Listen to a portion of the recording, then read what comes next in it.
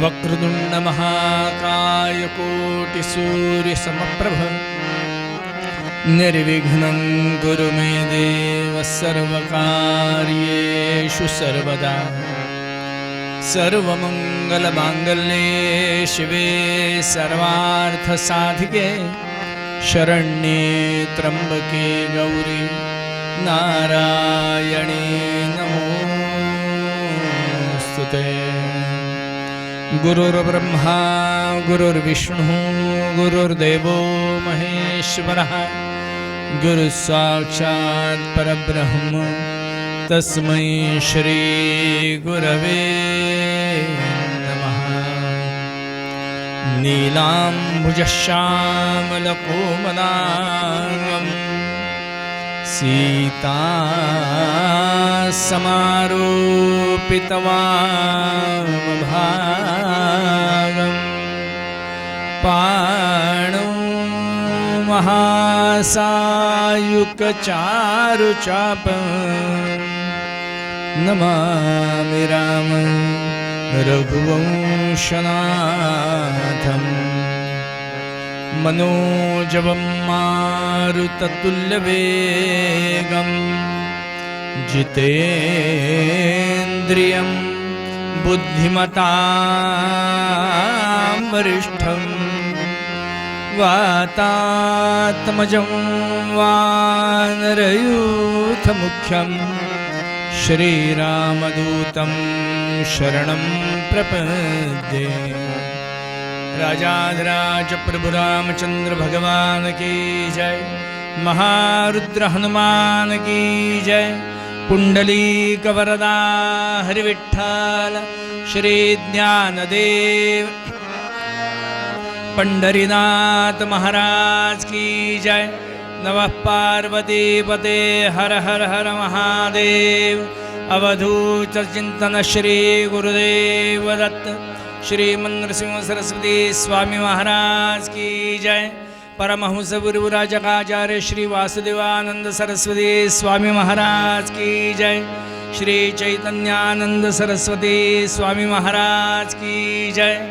जय जय रघुवीर समर्थ मंगलमूर्ति मोरया।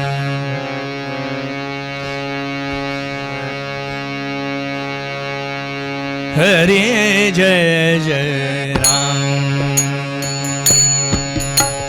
कृष्ण हरे हरे जय जय राम कृष्ण हरे हरे जय जय राम कृष्ण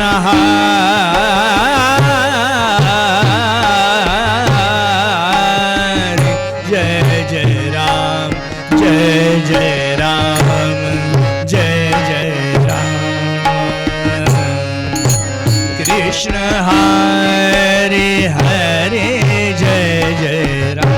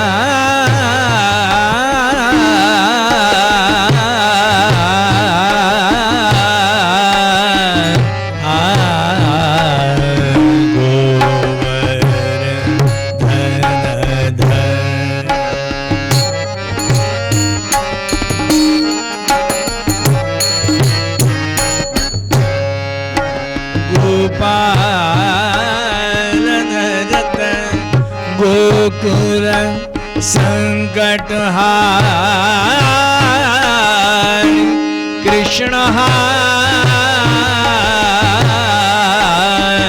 जय जय राम जय जय राम जय जय राम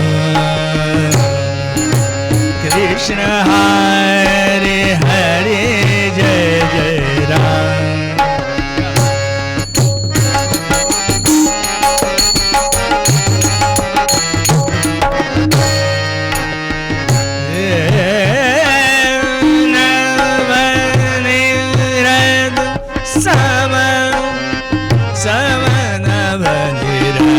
सम सम सम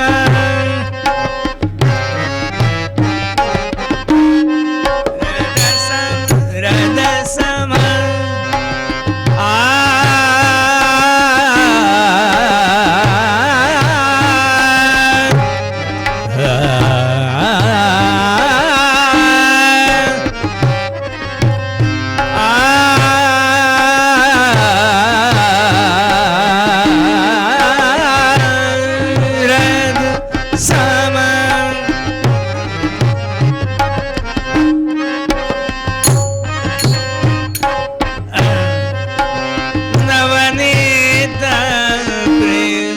नवल विनोद विहार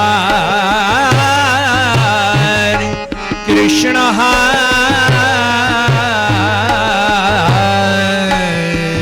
जय जय राम जय जय राम जय जय राम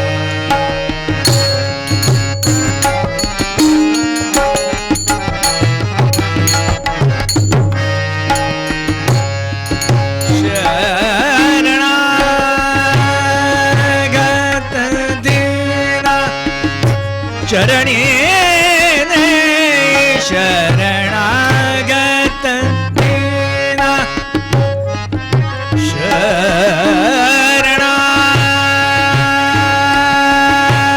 शरणागत दीना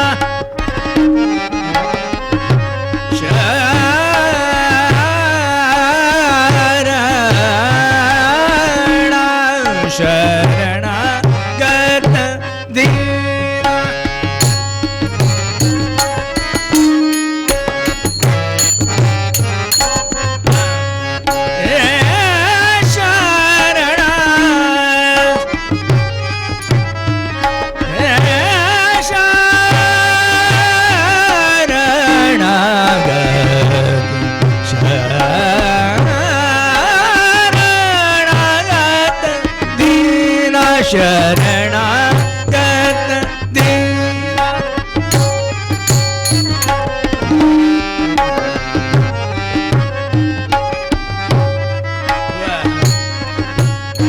शरणागत दीन चरणी ने शरणागत दीना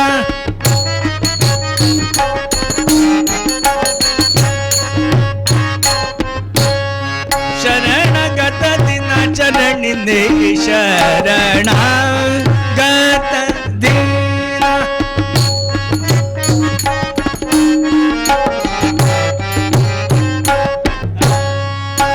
चरणी ने करुणा दृष्टि निहार कृष्ण हरि जय जय राम जय जय राम जय जय राम कृष्ण हरि हरि जय जय राम हरि जय जय राम हरि जय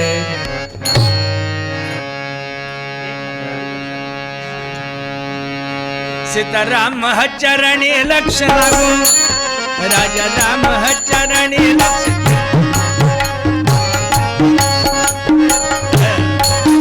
राजा राम चरणी लक्ष लागो राजा राम चरणी लक्ष लागो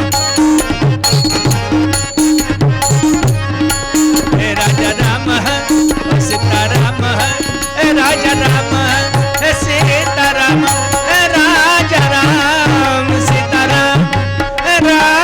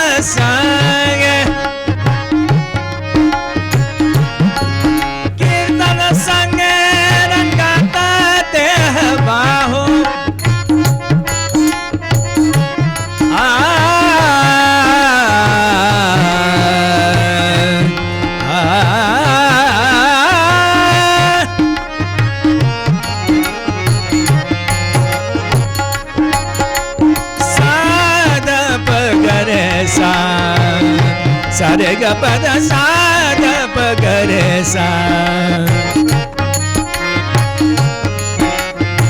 कीर्तन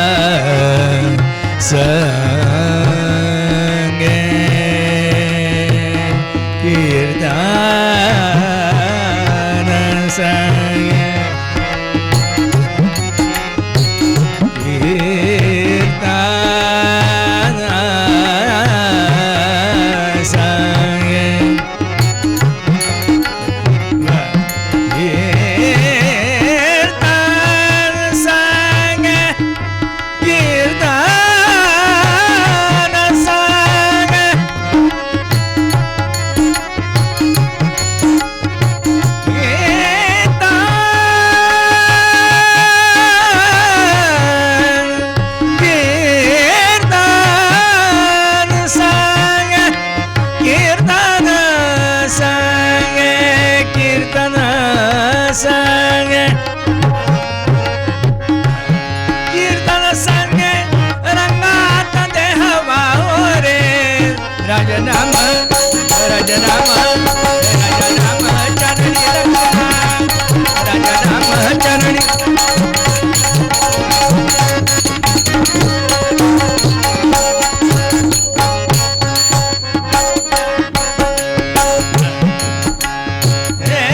स्वरूपे मन स्वरूपे स्वरूपे मन स्वरूपे मन स्वरूपे मन स्वरूपे मन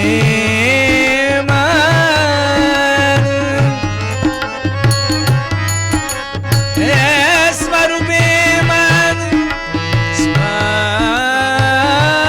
स्वरूपे स्वरूपे मन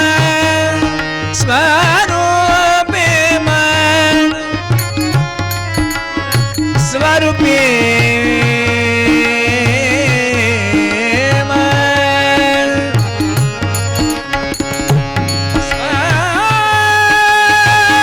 स्वरूपे मन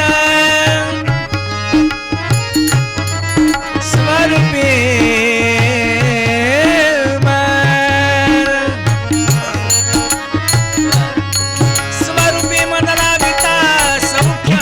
सौख्य आम्हा काम क्रोधादि काम क्रोधादि काम क्रोधादि काम क्रोधादि काम क्रोधादि जाति नीच धामा रामचरणी लक्ष्मण राजा राम चरण सीता राम चरण राजा राम चरण लक्ष्मण लक्ष्मण रघुपति राघव राम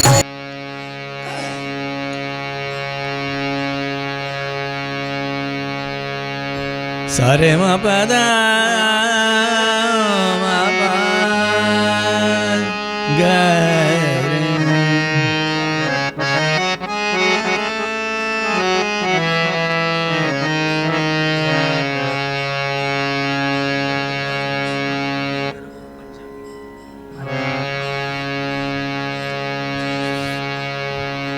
आधीच विचारलं तो मला नवीन आहे मी त्याला नवीन नसेन पण तो मला नवीन आहे तुझी सेवा करीन मनोभावे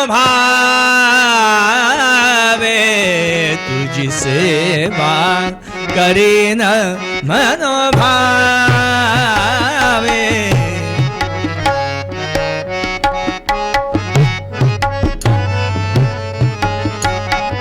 तुझी सेवा करीन मनोभावे सेवा करीन मनोभावे माझे मन गोविंदी रंगले माझे मन गोविंदी रंगले तुझी सेवा करीन मनोभावे तुझी सेवा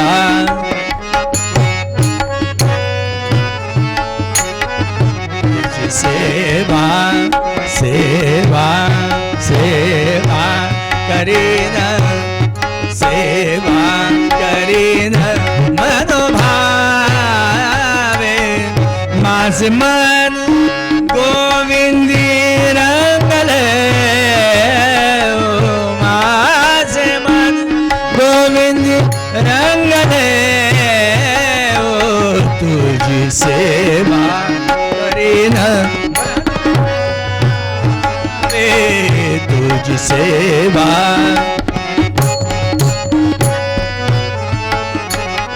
नवसिले नवसिले माये नवसिले नवसिले माये नवसिले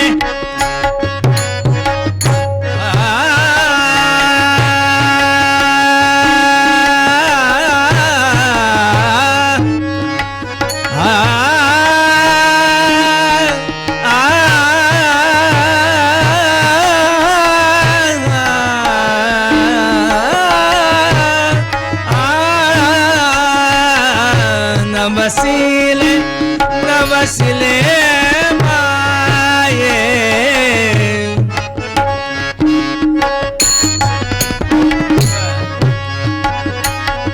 पंढरीचे दैवत विठ्ठले नवसिले पंढरीचे दैवत विठ्ठले नवसिले सेवा करीन मनोभावे तुझी सेवा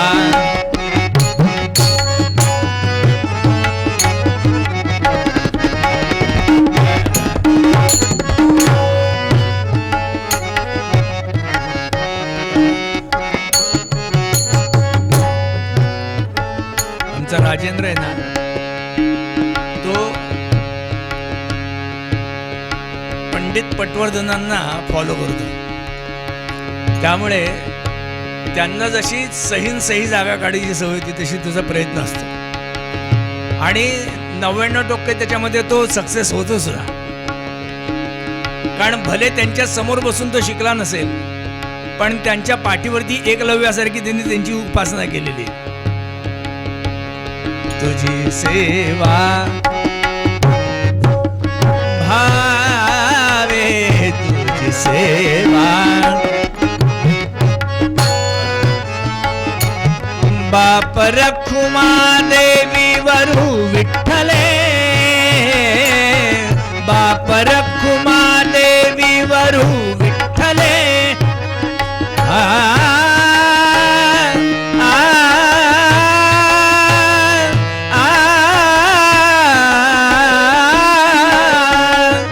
विठ्ठले बाप रखुमा देवी वरू विठ्ठले चित्त चैतन्य सोरून नेले चित्त चैतन्य सोरून नेले तुझी सेवा करीन मनोभावे तुझी सेवा करीन मनोभावे मनोभावे मनोभावे पंढरीनाथ अवधूत चिंतन श्री आम्हाला सगळे देव सारखे तुम्हाला वाटेल तो देव म्हणा पंढरीनाथ पण वैष्णव सिद्धांतामध्ये असा शब्द केला आहे एका पंढरीनाथाच्या ठिकाणी सगळे देव सारखेच का कारण सगळ्या देवतांच्या ठिकाणी पांडुरंग एक सारखाच त्यामुळे शैवा जो शिव वैष्णवा हरिगमे वेदांतिया ब्रह्मजो बौद्धा बुद्धई जो खुदाही यवना अरहंत जैनास जो करता तो ही गमे प्रमाण पटुना जो कर्म मीमांसका आणि खिस्त्या येशूही तोच हा गुणू म्हणे ध्या रुक्मिणी नायका. त्यामुळे एका पंढरीनाथाच्या ठिकाणी सगळे देव एकवटलेले असल्या कारणाने त्या एका देवाचं नाव घेतलं की सगळ्या देवतांचं नाव घेतल्यासारखं त्या एका देवाचं नाव. मग तो एक देव प्रत्येकाच्या नजरेला भिन्न आहे. तुम्हाला तो दत्त म्हणून आवडतो, मला तो राम म्हणून आवडतो, यांना तो कृष्ण म्हणून आवडतो, त्यांना तो पांडुरंग म्हणून आवडतो. पण इज इक्वल टू सगळेजण बघायला गेलं तर देव या एकाच विशेषणाने गोवलेत ना. कधी सगळेजण देव नावाच्या एकाच विशेषणाने गोवलेले आहेत. म्हणजे सगळ्यांच्या मागे देव नावाचं एक प्रकरण लागलंय का नाही. जसं नाथांनी शब्द केला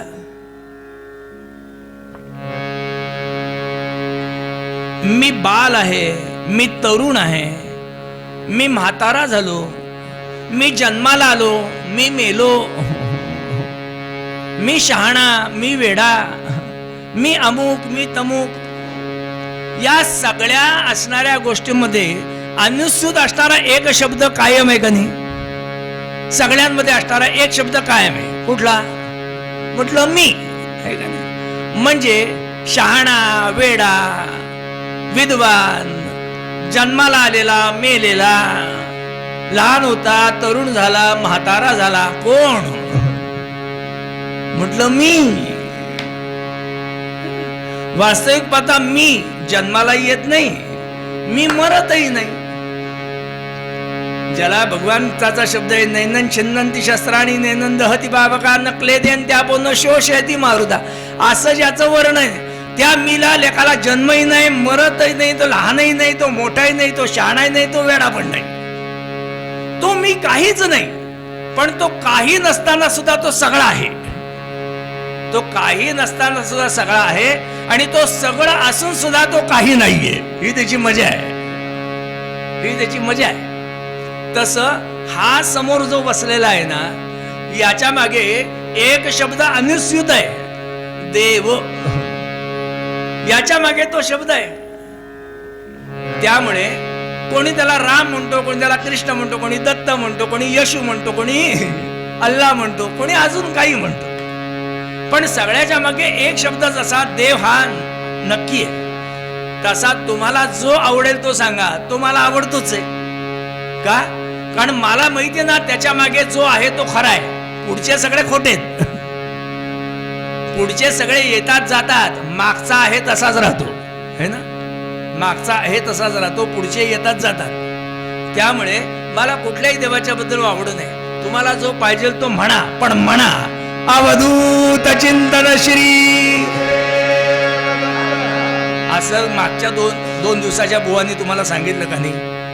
काय त्यांनी वेगळा शब्द चांगला वापरला होता. जाऊ दे.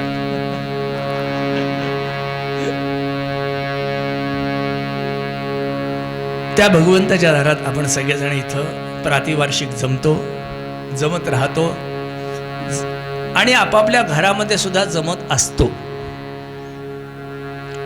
कोणी एक माळ करायला असेल, कोणी पूजा करायला असेल, कोणी भजन करायला असेल, कोणी त्याची गोष्टी करण्यासाठी असेल, व्हॉट एव्हर काही असेल. पण आपल्या घरामध्ये, आपल्या दारामध्ये आपण त्याच्या जवळ येतो आणि त्याच्या जवळ येऊन आपण काय करतो? तुझी सेवा करीन मनोभावे. कोणाला आवडतं म्हणून तुम्ही माळ करता, कोणाला आवडतं म्हणून तुम्ही त्याची पूजा करता, कोणाला आवडतं म्हणून तुम्ही त्याचं भजन गाता, कोणाला आवडतं म्हणून तुम्ही त्याची कथा करता. म्हणजे चार लोकांच्या मध्ये सत्संग करतो आपण, त्याला एक वेगळा शब्द वापरतो, सत्संग करतो. त्यांच्याबद्दलच्या आठवणी आपण जाग्या करतो आणि न कळत एक तासभर आपला सत्संग होतो असा आपण शब्द प्रयोग करतो. पण हे सगळं करण्याच्या मागचा हेतू काय असतो? तुझी सेवा करीन मनोभावे. सगळ्याचा मागचा उद्देश असतो त्याची सेवा करणं. सेवा सेवा या शब्दावरती परवाच्या दिवशी बुवांनी काहीतरी बरंच सांगितलेलं आहे. सेवा कशी असते, न बोलता केली जाते, प्रशंसात्मक नसते वगैरे वगैरे, असं काहीतरी बरंच त्यांनी काहीतरी सांगितलं ना. माझा श्लोक पाठ नाही हा, चुकून त्यांचं मी परवा ऐकलं म्हणून मला हे माहिती आहे. यांची कृपा. म्हणजे पूर्वी पत्रामध्ये मायना लिहायचो ना, स न विवी, तसं आम्ही आता लिहितो स प्रे.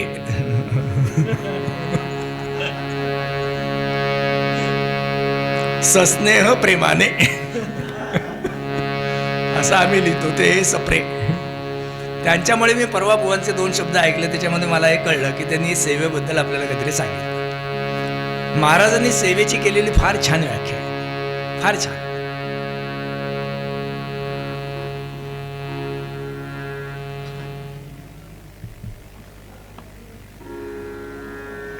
महाराजांनी सेवेची केलेली खूप छान व्याख्या आहे. कायिक, वाचिक आणि मानसिक या तिन्ही अवस्थांवरती समोरच्याचे श्रम नाहीसे करण्यासाठी केलेली कृती म्हणजे सेवा. शारीरिक, मानसिक, आर्थिक या तिन्ही पातळ्यांवरती समोरच्याची किंवा समोरच्याचे श्रम याचा अर्थ वेदना, दुःख नाहीसे करण्यासाठी केलेली कृती म्हणजे सेवा. आता याच्यामध्ये कोणाचे चालून चालून पाय दमलेले असतात, चालून पाय चेपणं शारीरिक सेवा आहे ना. कोणाला भूक लागली आहे त्यावेळेला त्याला 2 घास खायला घालणं शारीरिक सेवा आहे. आर्थिक सेवा आहे, किती श्रीमंत असला तरी सुद्धा काही वेळेला त्याची याची चणचण पडतेच है ना. त्यामुळे अशा वेळेला त्याला 4 पैशाची मदत करणं आर्थिक सेवा आहे. मानसिक सेवा, आजकाल डिप्रेशन खाली येऊन लोक किती जीव देतात, रेल्वे खाली बिल्डिंगवरनं उड्या मारतात, सुसाईड करून घेतात.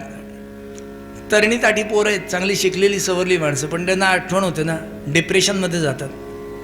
अशा लोकांना त्या मानसिक स्थितीतनं बाहेर काढण्यासाठी केलेली कृती म्हणजे सुद्धा मानसिक सेवाच आहे, सेवा आहे. आजकाल आमच्याकडे पुण्यामध्ये अशी पद्धत आहे, म्हणजे एक संस्था आहे.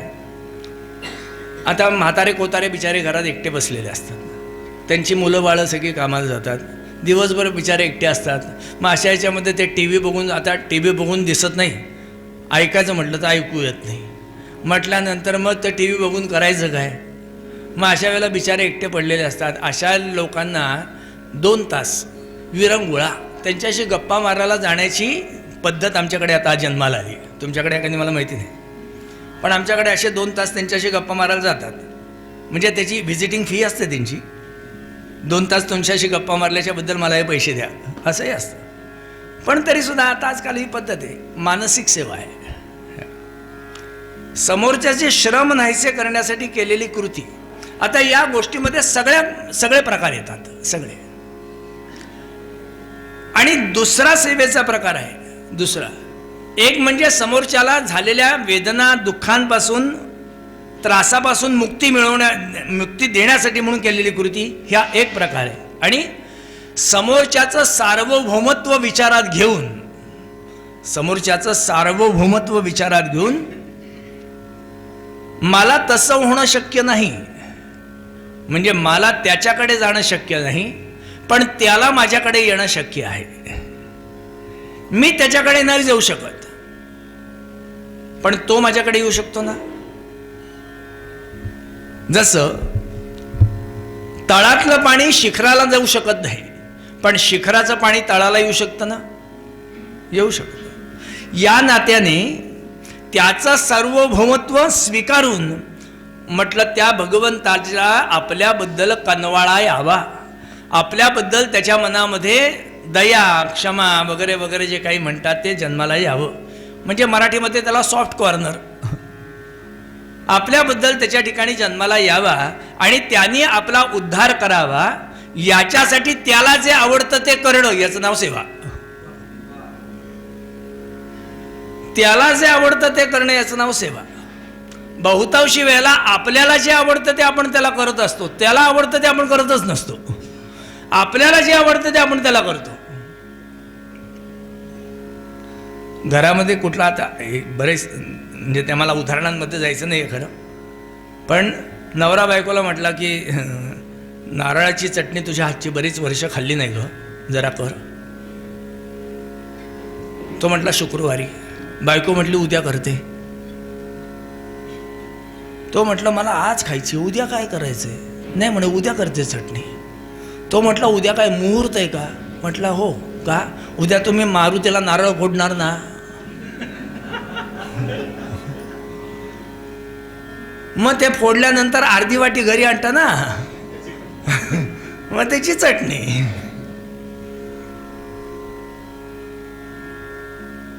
मला जे आवडतं ते मी त्याला देत असतो, त्याला आवडतं ते मी कुठे देत असतो, त्याला आवडतं ते मी करत नसतो. महाराज इतके गोड शब्द करतात ना. आपण जेव्हा एखाद्या यजमानाकडे जातो, आपण जेव्हा एखाद्या यजमानाकडे जातो, कधी जातो आपण त्या यजमानाकडे? ज्या वेळेला तुम्ही यजमानाला स्वीकारता तेव्हा तुम्ही जाता. आणि यजमानाला स्वीकारण्यासाठी तुम्हाला तुमचं पण सोडावं लागतं. तुमचं पण सोडल्याशिवाय तुम्हाला यजमानाकडे जाता येत नाही. म्हणजे तुमचा यजमान एक नंबरचा अजागळ आहे. घरामध्ये सगळीकडे घाण पसरलेली आहे. केर म्हणून घरातला महिना काढलेला नाही आहे. सगळीकडे जळमटं लागलेली आहे. कपाटं म्हणाल ना तर कपाटामध्ये काहीच नाही आहे, सगळं बाहेरच पडलेलं आहे. घरामध्ये बसायला एक जागा शिल्लक नाही आहे. घरामध्ये 14 जानेवारी जिला म्हणतात ती अखंड कर्कशा आरडाओरडा करून राहिली आहे. पोरं बाळं नाकातनं वाहते, अंगातनं वाहते, अशा याच्यातली आहेत. आणि तुम्ही एक नंबरचे सॉफिस्टिकेट. इस्त्री केलेला कपडा कधी म्हणजे काय म्हणतात घातला नाही असं झालं नाही. तुम्हाला अत्यंत टापटीप राहायला आवडतं, स्वच्छता आवडते तुम्हाला. घरामध्ये नुसतं बसायचं असलं तरी सुद्धा बाहेर निघायचं म्हटलं की लगेच चपला घातल्या की निघाल्या, इतकं आवरून घरात बसलेले आहेत. घर एकदम स्वच्छ असं आवडणारी तुम्ही माणसं. पण जर तुम्हाला त्याच्याकडे जायचं असेल तर तुम्हाला तुमचं पण मागे ठेवावं लागतं आणि त्याचं असलेलं पण स्वीकारावं लागतं. त्याचं असलेलं पण स्वीकारावं लागतं. म्हणजे तिथं तुम्ही कन्सिडर करता की मला मान्य आहे त्याच्या घरामध्ये कचरा आहे, ओके. त्याच्या घरामध्ये पसारा पडला आहे, मान्य आहे. त्याच्या घरात जळमटं लागली आहे, चालेल. घरातली 14 जानेवारी कर्कशा करतीये, चालेल. का? कारण मला आत्ता त्याच्याकडे जाणं गरजेचं आहे. लक्षात ठेवा. तसं तुम्हाला त्याच्याकडे जायचं आहे म्हटल्याला तुम्हाला तुमचं पण मागे ठेवून त्याच्याकडे जावं पाहिजे का नाही? म्हणजे त्याला जे आवडतं ते तुम्हाला मान्य आहे असं जेव्हा असतं त्याच वेळेला तुम्ही त्याच्याकडे जाता. कधी? जेव्हा तुम्ही तुमचं पण मागे ठेवता तेव्हा. समोरच्याला स्वीकारायचं असेल ना तर स्वीकारण्यासाठी तो जसा आहे तसा तुम्हाला मान्य करता आला पाहिजे. आणि नवे तेच खरं आहे असं धरून चालायला लागतं, चालावं लागतं. अगदी तसं ज्ञानराज माऊली, गोड अभंग आहे माऊलींचा. तुझी सेवा करी न मनोभावे माझे मन गोविंदी रंगले. नवसिले माये पंढरीचे दैवत विठ्ठल नवसिले. बाप रखुमा देवीवरू विठ्ठले चित्त चैतन्य चोरून नेले. अतिशय छान अभंग आहे माऊलीचा. दिसायला पाहायला गेलो तर याच्यामध्ये काही विशेष काही नाही, पाहायला गेलं तर विशेष काही नाही. पण माऊलीसारख्यांनी अभंग लिहिला आहे म्हणजे तो काही विशेष नाही असं नाही ना. माऊलींनी अभंग लिहिला आहे तो म्हणजे त्यांच्या असणाऱ्या चित्तप्रभेतनं जन्माला आलेला अभंग आहे तो.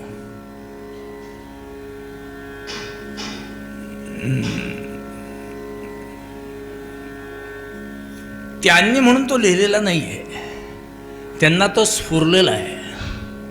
ज्याला आमच्याकडे स्पॉन्टिनियस आउटबस्ट म्हणतात. स्फुरलेला आहे तो त्यांना. त्यांनी तो कुठं पाठ केला आहे, कुठं वाचला आहे म्हणून लिहिला. स्पॉन्टिनियस अशी जी स्थिती आहे त्याच्यात तो अभंग, त्याच्यामध्ये काहीतरी विशेष असेल ना. तुझी सेवा करीन मनोभावे म्हणजे या अभंगाची तुम्हाला गंमत सांगू कशी आहे. अभंग आपण नंतर बघू, त्याची गंमत सांगतो. म्हणजे माऊलींनी हा अभंग जो लिहिला, काय झालं, मी हिच्याकडे गेलो होतो, इथं बसली आहे आणि आम्ही घरी गेल्यानंतर तिचे आई वडील वगैरे सगळे गप्पा मारतात. सांगितलं मला त्यांनी चहाला बोलवलेलं, मी आपला चहा घ्यायला गेलो. ही एका कोपऱ्यात जाऊन तिथं अभ्यास करत बसली, अतिशय हुशार. त्यामुळे ती आणि तिचं पुस्तक, त्याच्यात अभ्यास चालू आहे तिचा. आम्ही तासभर त्या घरामध्ये गप्पा मारतो, हिचं लक्ष म्हणून नाही हो. तिच्या आई वडिलांनी, तिच्या घरच्यांनी सगळ्यांनी नमस्कार केला, ही उठायला तयार नाही सा नमस्कार करायला. मग शेवटी आम्हाला असं वाटलंच, मी उदाहरण सांगतो हां, गंमत म्हणून, काय कोणाला तरी बळीचा बकरा करायचा ना तसा पडला. दुसरा लहान पोरगाच नाही आहे तर काय करू, गंमत. ही उठायला तयार नाही नमस्कार करायला. म्हटल्यानंतर साहजिक आहे, आता ही माझ्याकडे येत नाही म्हटलं, मी तिच्याकडे गेलो. अभ्यास करते ती आणि म्हटलं काय, म्हटलं अभ्यास करतेस काय विशेष, उद्यापासून 10वीची परीक्षा आहे. अरे वा, छान छान. म्हटलं काय मग पेपर वगैरे, हो उद्यापासून परीक्षा, पहिला पेपर ना. म्हटलं कुठला, इंग्लिशचा. अरे वा, छान छान. म्हटलं मग अभ्यास, हो मराठीचा सगळा अभ्यास झाला आहे. बघा, मी तिला विचारलं उद्या कुठला पेपर आहे, ती म्हटली उद्या इंग्लिशचा पेपर आहे. अभ्यास कशाचा करते, मराठीचा. मराठीचा अभ्यास झाला आहे. मला म्हटली मराठीचा सगळा अभ्यास झाला आहे. म्हटलं उद्या इंग्लिशचा पेपर ना, हो हो सगळा मराठीचा अभ्यास, काही ठेवलेलं नाही, आता सगळं झालंय असं ती मला सांगते. दुसऱ्या दिवशी ही परीक्षेला गेली आणि इतिहासाचा पेपर लिहून आली. आणि गंमत सांगू का, अहो ती परीक्षेत पास झाली. ही त्याच्या पुढची मजा आहे, ही परीक्षेत पास झाली. ज्ञानेश्वर महाराजांच्या या अभंगाची गंमत ही अशी आहे, या अभंगाची गंमत ना ती ही आहे. तुझी सेवा करीन म्हणून भावे, ज्ञानराज म्हणून शब्द केला. ज्याच्या समोर ज्ञानेश्वर महाराज हा शब्द करतायत तो तू माहिती नाही कोण आहे. तुझी म्हणजे कोणाची. अभंगामध्ये त्याचं नाव लिहिलेलं नाही आहे, त्याचं नाव नाही आहे. तुझी म्हणजे कोणाची नाही लिहिलेलं. तुकोबारांचा अभंग आहे, नमो आदिरूपा ओंकार स्वरूपा विश्वाच्या रूपा माय बापा, तुझी ये सत्तेने तुझे गुण गाऊ, तेणे सुखी राहू सर्व काळ. तुची श्रोता वक्ता ज्ञानासी अंजन, सर्व होणे जाणे तुझे हाती. तुका म्हणे तेथे नाही मी तू पण, स्तवावे ते कवन कवणा लागे. अभंग कोणत्या देवाचा आहे, कुठल्याही देवाचं नावच नाही त्याच्यात, नावच नाही. बरं, ही सगळी पदं देवीला पण लागतात, रामाला पण लागतात, कृष्णाला पण लागतात, विठ्ठलाला पण लागतात, दत्ताला पण लागतात, दगडाला पण लागतात, दोंड्याला पण लागतात. तुम्ही म्हणा त्याला ही सगळी पदं लागतात. नमो आदिरूपा ओंकार स्वरूपा विश्वाच्या रूपा माय बापा, ही चारही पदं म्हटलं या सगळ्यांना लागतात. सृष्टीतल्या प्रत्येक पदार्थाला लागतात. का लागतात, कारण सृष्टीतला प्रत्येक पदार्थ आदी आहे, ओंकार स्वरूप आहे. सृष्टी संपूर्ण अक्षराकार आहे, अक्षराकार आहे आणि त्या अक्षराकाराचं जे दर्शन आहे तो ओंकार रूप आहे. त्यांच्यासमोर बोलायचं म्हणजे जरा अवघडच आहे, पण वेदांमध्ये केलेला जो वर्णन आहे की अक्षराकार असणारी ही संपूर्ण पृथ्वी किंवा सृष्टी, त्या सृष्टीचा आदी अंती करता धरता म्हटलं ओंकार अक्षर स्वरूप आहे. त्यामुळे इथला दगड सुद्धा म्हटलं ओंकारच आहे. म्हटलं त्याच्यामध्ये पाथरवटाला देव दिसतो म्हणजे त्याच्यात ब्रह्म आहेच की नाही, कोण म्हटलं. चराचरामध्ये परब्रह्म भरून राहिलंय. म्हटल्यानंतर ही चारी पदं सगळ्यांकडे लागतात का नाही. तुझी सेवा करीन म्हणजे कोणाची, तुझी. बरं, गंमत अशी आहे की तुझी हा वाक्प्रचार जन्माला कधी येतो, तुझी हा वाक्प्रचार जन्माला कधी येतो म्हणजे तू किंवा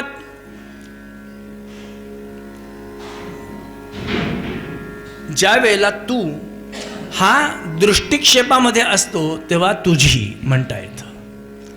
वस्तू ज्या वेळेला दृष्टिक्षेपामध्ये असते तेव्हा तुझी हा वा प्रचार होतो, आणि दृष्टिक्षेपामध्ये नसेल तर त्याची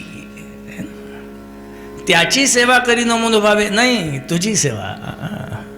याचा अर्थ ज्ञानेश्वर महाराजांनी ज्याला कल्पिलेला आहे किंवा ज्ञानेश्वर महाराजांचा जो तू आहे तो त्यांच्या समोर आहे, त्यांच्या समोर आहे. हे माझ्या समोर बसलेत म्हणून मी म्हणू शकतो तुझी सेवा फार छान आहे हो. असं मी त्याला म्हणू शकतो. पण हा उद्या जर इथं साथीला नसेल तर मी तुम्हाला सगळ्यांना म्हणताना म्हणेन, काल त्याची साथ छानच होती हो. का? कारण आत्ता तो इथं नाही आहे. दृष्टिक्षेपात असते तेव्हा तू, नसतो तेव्हा त्या. हा वाक्प्रचार येतो ना, तुझी सेवा. तुझी म्हणजे कोणाची? बरं, गंमत अशी आहे, हा जो ज्ञानेश्वर महाराजांच्या समोर जो आहे ना, तो त्यांच्यासारखा आहे. म्हणजे सेवा कोणाची करता येते? आपल्या बरोबरीचा असतो त्याची, आपल्यासारखा असतो त्याची. कुत्रा मांजरा आडवा बैलाची म्हटलं सेवा करता येते. आपण केलेली सेवा त्याला कळते का? म्हणजे तो प्रतिक्रिया देऊ शकतो का? नाही देऊ शकत. याचा अर्थ माणूस माणसाची सेवा करू शकतो, वाऱ्याची करू शकतो का? पाण्याची करू शकतो का? तेजाची करू शकतो का? नाही करू शकत. का? कारण आपल्याला अपेक्षित आहे तसा प्रतिसाद समोरनं मिळत नाही. आपण सगळे प्रतिसादावरती जगणारी माणसं आहोत का नाही? कमीत कमी बुवा तर आहेच आहे. तुम्ही सगळेजण चेहऱ्यावरच्या रेखा बदलवताय म्हणून म्हटलं मला तुमच्याकडे बघायची इच्छा आहे. जर तुमचे चेहरे कळवण्यास अत्यंत वाईट वाटते की असे जर असते तर मी बघितलं असतं का तुमच्याकडे? म्हणजे एरंडेलचा बोळा तोंडात कोंबल्यानंतर कशी चेहरा होतात ना, तसे तुमचे दिसत नाही आहात. चेहऱ्यावरच्या रेखा बिघडत आहेत तुमच्या, म्हणून जरा तुमच्याकडे बघायची इच्छा आहे. नाही तर मी तिकडेच बघितलं असतो. याचा अर्थ तू हा प्रतिसादात्मक आहे. आपण सगळे प्रतिसादाशी निगडीत आहोत. ज्ञानेश्वर महाराजांचा हा जो तू आहे ना, तुझी, तो त्यांच्यासारखा आहे. त्यांच्यासारखा म्हटल्यानंतर हा जो तू आहे ना, तो ज्ञानेश्वर महाराजांना विचारतोय, तुला माझी सेवा काय करायची? तुझी सेवा काय करायची? म्हणजे माझी सेवा काय करायची? का? मी तुला काही दिलेलंच नाही ना. मी तुला जर काही दिलं असतं तर त्याच्या बदल्यात तू माझी सेवा करणं मान्य आहे. पण मी तुला काही दिलेलंच नाहीये म्हटल्यानंतर तुला माझी सेवा का करायची? साधी गोष्ट आहे. रस्त्याने जाताना रस्त्याच्या दुसऱ्या बाजूने जर भिकारी झाला असेल तर तुम्ही कधी भिकाऱ्याला हाक मारता काय, जरा इकडे, मला तुला 10 रुपये द्यायचे? देतो का आपण? तो भिकारी तुमच्या समोर येतो, दादा हो, काका, मामा, द्या हो करत 10 वेळा तुमच्या समोर नाक घासतो. त्यावेळेला तुमच्या पाजर जर फुटला तर एखादं पाकिटातलं नाणं बाहेर पडतं आणि त्याला दिलं जातं. पण तो 10 वेळाला तुमच्या समोर गयाबया करतो तेव्हा भिकाऱ्याला बोलून तुम्ही आणलं आणि त्याला दिलंय, असं कधी झालं का? याचा अर्थ हा जो समोर बसलेला ना, तो विचारतोय, मी जर तुला काही दिलेलंच नाहीये तर मी काहीही न देता तू जर माझी सेवा करण्याचा विचार करत असशील तर आवळा देऊन कोहळा काढणं असा अर्थ निघाला नाही का? म्हटलं तुला माझी सेवा काय करायची? त्यावेळेला माऊलींचं फार छान वाक्य आहे. तुकोबांनी शब्द केला, मला तुझी सेवा करायची तिचं कारण माझ्या मागच्या सगळ्या पिढ्या तुझी सेवा करत आल्यात आणि मागच्या सूर्यांनी तुझी सेवा केली आहे. त्यांच्या पावलावरती पाऊल ठेवून मी चालतोय म्हणून मला तुझी सेवा करायची. एक गोष्ट आहे, यांनी मला मगाशी सांगितलं, नानांच्याकडे आजोबापासून स्वीकारलेल्या सेवा त्यांच्या मुलांनी, त्यांच्या नातवानी, त्यांच्या आता जन्माला आलेल्या मुलांनी त्याच सेवा स्वीकारलेल्या आहेत. का? कारण माझ्या आजोबांनी हे केलं म्हणून मी ते करणार, माझ्या बाबांनी हे केलं म्हणून मी ते करणार, माझे बाबा हे करतात म्हणून आता मी ते करणार. माझ्या घरात चालत आलेली ही सेवा आहे. तुकोबांचा शब्द आहे फार छान, माझ्या वडिलांची मिराशी गा देवा, माझ्या वडिलांची मिराशी गा देवा, तुझी चरण सेवा पांडुरंगा, तुझी चरण सेवा पांडुरंगा, तुझी चरण सेवा पांडुरंगा. माझ्या वडिलांची मिराशी गा देवा, तुझी चरण सेवा पांडुरंगा, तुझी चरण सेवा पांडुरंगा, तुझी चरण सेवा पांडुरंगा. अरे माझ्या वडिलांची मिराशी गा देवा, तुझी चरण सेवा पांडुरंगा. तुकोबा म्हटले माझ्या 11 पिढ्या, 1-2 नाही, तुकोबांचा शब्द आहे, माझ्या 11 पिढ्या तुझी सेवा करतायत. आणि ती सेवा केल्यानंतर त्यांना काहीतरी मिळालं म्हणून त्यांच्या पुढीनी ती तशीच स्वीकारली. का? कारण ती सेवा केल्यानंतर त्यांना काहीतरी मिळालेलं होतं म्हणून त्यांनी ती स्वीकारली. मिळालं नसतं तर स्वीकारलीच नसती ना. याचा अर्थ त्यांना काहीतरी मिळालं म्हणून त्यांच्या पुढच्या पिढीने ते स्वीकारलं, त्याच्या पुढच्या पिढीने स्वीकारलं. मला काय माहिती, पण त्यांनी केलं, त्यांना ते मिळालं, तसं मलाही मिळावं म्हणून मी तुझी सेवा करतो. म्हणून सेवा 2 अर्थाची पहिल्यांदाच महाराज सांगितलं. एक म्हणजे समोरच्याचे शरम घालवायला किंवा त्याचं सार्वभौमत्व मान्य करून त्याचं म्हणजे आपोइष्टाकाविदा पण आपल्यावरती शिंपडला जावा म्हणून केली जाणारी कृती. तुला माझी सेवा का करायची हा जो समोरचा विचारतोय. ज्ञानराज मौली म्हटले खरं सांगू का देवा, तू काय दिलंस तुलाच माहिती नाही.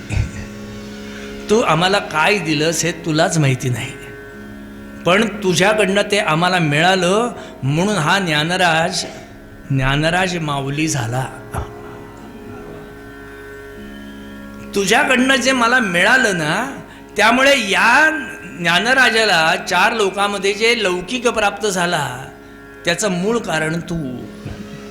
आणि तुझ्याकडनं मला काय मिळालं किंवा तू मला काय दिलं तुला माहितीच नाही.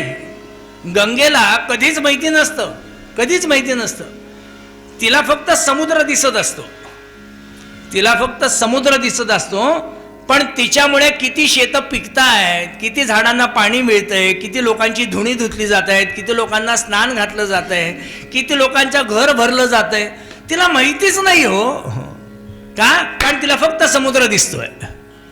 त्याच्यामुळे किती लोकांचं कल्याण होतंय हे तिला माहितीच नसतं. तसं भगवंत त्याच्या असणाऱ्या एका कृतीमुळे म्हणा किंवा त्याची कृतीच नाही आहे, त्याच्या एका असण्यामुळे किती लोकांचं भलं होतंय त्यालाच माहिती नाही, त्यालाच माहिती नाही. त्याला तुकोबांनी शब्द केलेला आहे. त्याला तुकोबांनी शब्द केलाय, देवा तुझं तुलाच माहिती नाही. कुमुदिनी काय जाणे तू परिमळ, कुमुदिनी काय जाणे तू परिमळ, कुमुदिनी काय जाणे तू परिमळ, सकल भ्रमर भोगितसे कुमुदिनी काय जाणे तू परिमळ, कुमुदिनी काय परिमळ, कुमुदिनी काय तैसे तुझे नाम नाही तुझ ठावे, तैसे तुझे नाम नाही तुझ ठावे, ते आभासी कळो आले कुमुदिनी काय जाणे परिमळ, कुमुदिनी काय जाणे तू परिमळ, कुमुदिनी काय जाणे. कुमुदिनी काय जाणे तो परिमळ, सकल भ्रमर भोगीत असे. अहो झाडावरच्या त्या कळीला माहितीच नसतं ती उमलल्यामुळे काय होतं. ती उमलण्याचं तिचं काम करत असते, तिला माहितीच नसतं की आपल्या उमलण्यामुळे किती लोकांना आनंद मिळणार आहे. सकल भ्रमर भोगीत असे, काय शब्द आहे हो. कोसो दूर असणाऱ्या त्या भुंग्याला तिचं उमलणं कळतं आणि त्याच्यातला पराकण सेवन करण्यासाठी म्हणून ते तिथं येतं.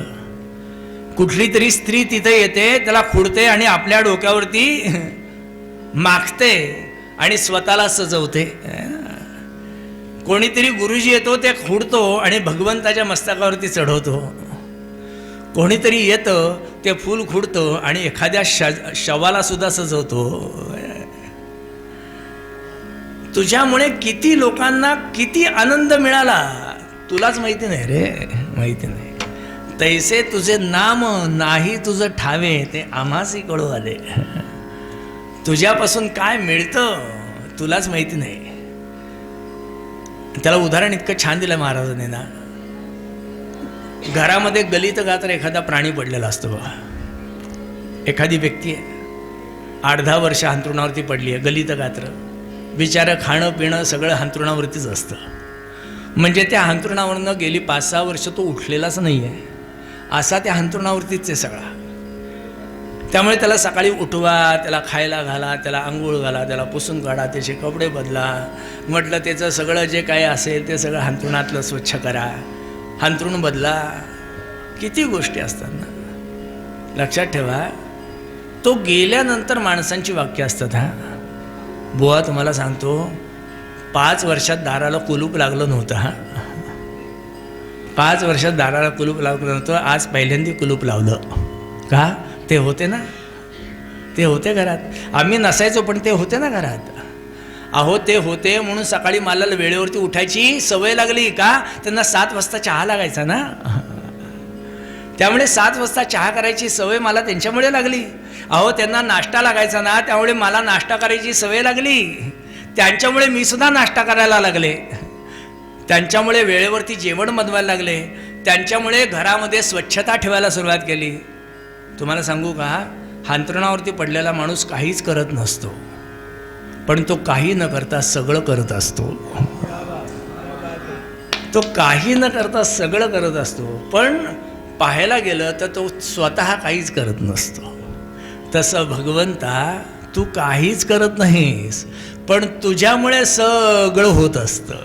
तुझ्यामुळे सगळं होत असतं आणि तुझ्यामुळे सगळं होतंय याच्याबद्दलची कृतज्ञता व्यक्त करण्यासाठी तुझी सेवा करीन मनोभाव.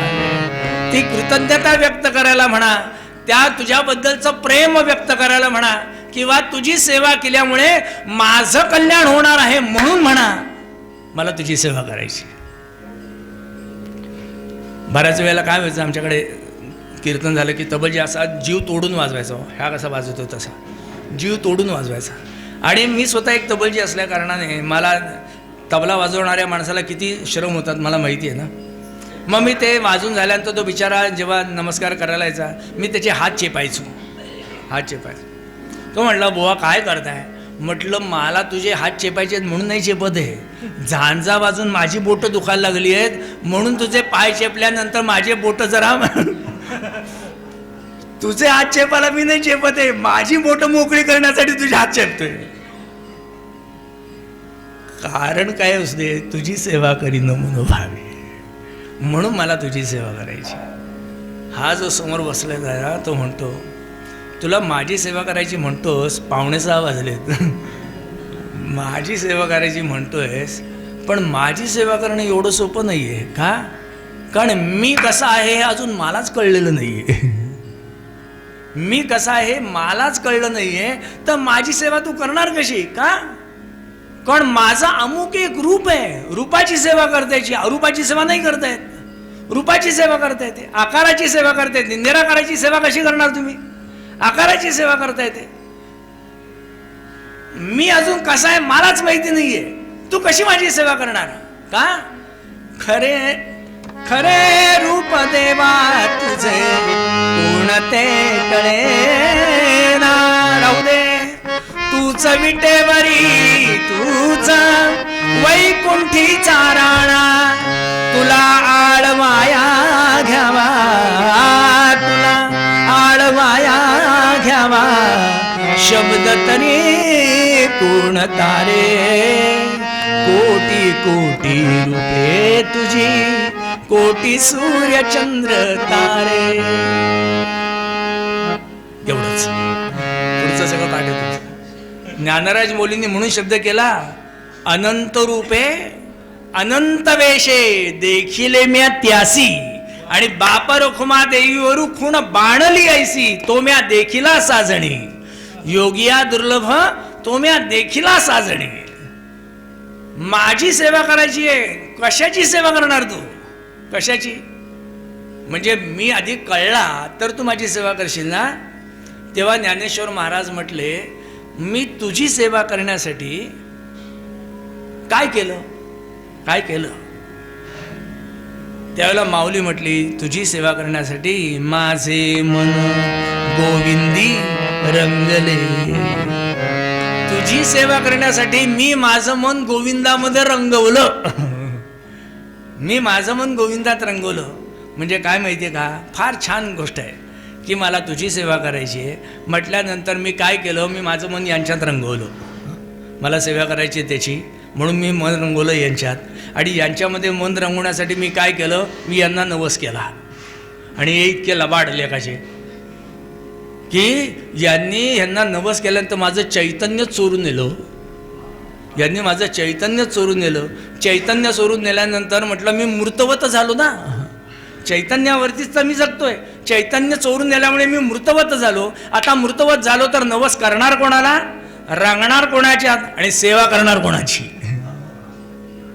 ज्ञानेश्वर महाराजांच्या या अभंगाची ही एक गंमत आहे. उद्या बघूयात, शक्यच नाही तर नुसता पूर्वरंग करावा लागेल आज.